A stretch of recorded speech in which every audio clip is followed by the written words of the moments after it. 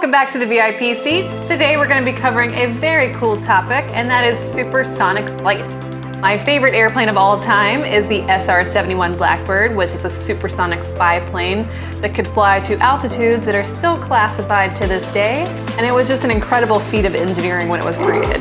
So the first supersonic jet to really enter commercial business service was the beautiful Concorde.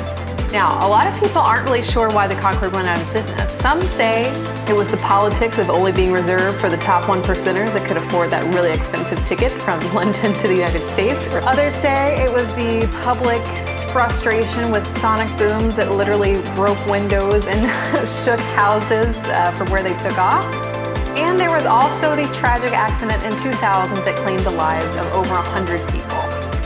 Now, what I can tell you is that none of these are actually the nail in the coffin that caused the Concorde to go out of service in 2003. At the end of the day, the Concorde was a gas guzzler. It traded fuel for speed, and it wasn't an efficient aircraft at all.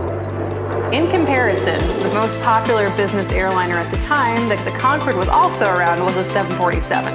Now, the 747 had twice the range of the Concorde and could carry 3 to 4 times the passenger loads that the Concorde could.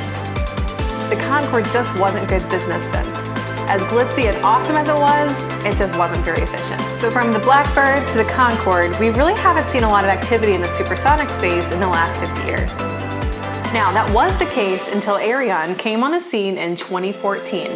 This company has had partnerships with some of the greatest names in aviation. General Electric, Airbus, Boeing, everyone started to play a role in the development of this incredible supersonic private business jet. The current design features a cabin very similar to the Gulfstream 550 that's wide and long and can seat anywhere from 8 to 12 passengers. Now, despite the struggles of coronavirus and some recent issues, the company has started wind tunnel testing as of last month. Knowing that the Concorde failed because it really wasn't a viable commercial business model for the airlines, maybe, just maybe, the private jet market is just the industry that supersonic flight was made for. Company executives are onto the fact that we need to get away from the gas-guzzling supersonic jets of the past. Designs in the future include that this aircraft will use biofuels, which could be in widespread use by the time it's launched into service in 2026. And they're focused on being a sustainable company with zero net carbon emissions. The company is working on supersonic boomless flight that reflect the sound of sonic booms off into the atmosphere. While it won't cut your travel time in half for most routes, when it comes to oceanic routes, this thing cuts off hours of flight time. It's estimated in total it will take $4 billion to develop this aircraft.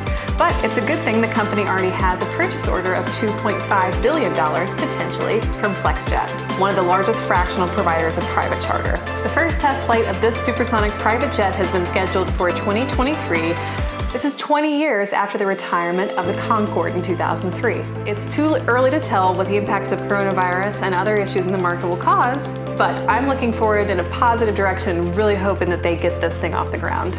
Now, while I personally probably will never be able to fly in the AS2, I do hope that one day I'll get to see it take off.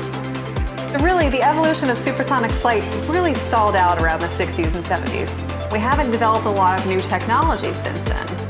At the time the Concorde was built, it was a feat of engineering. The aircraft featured carbon braking systems, fly-by-wire technologies, and things that just no one had seen in the market before. It was really ahead of its time.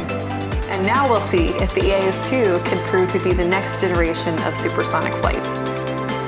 So keep your eye out for updates on the next generation of supersonic flight. I really hope it happens in my lifetime. I would love to see it. And in the meantime, like and subscribe below, share with your friends of friends, your colleagues, and I will see you next time here on the VIP seat.